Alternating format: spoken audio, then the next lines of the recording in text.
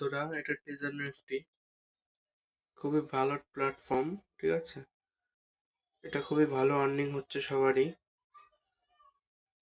খুবই ভালো প্ল্যাটফর্ম।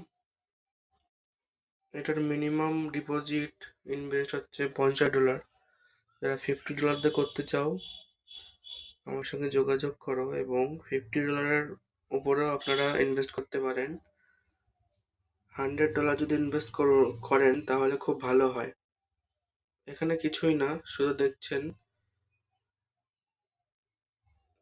দেখুন এখানে আমার $169 হয়ে গেছে মাত্র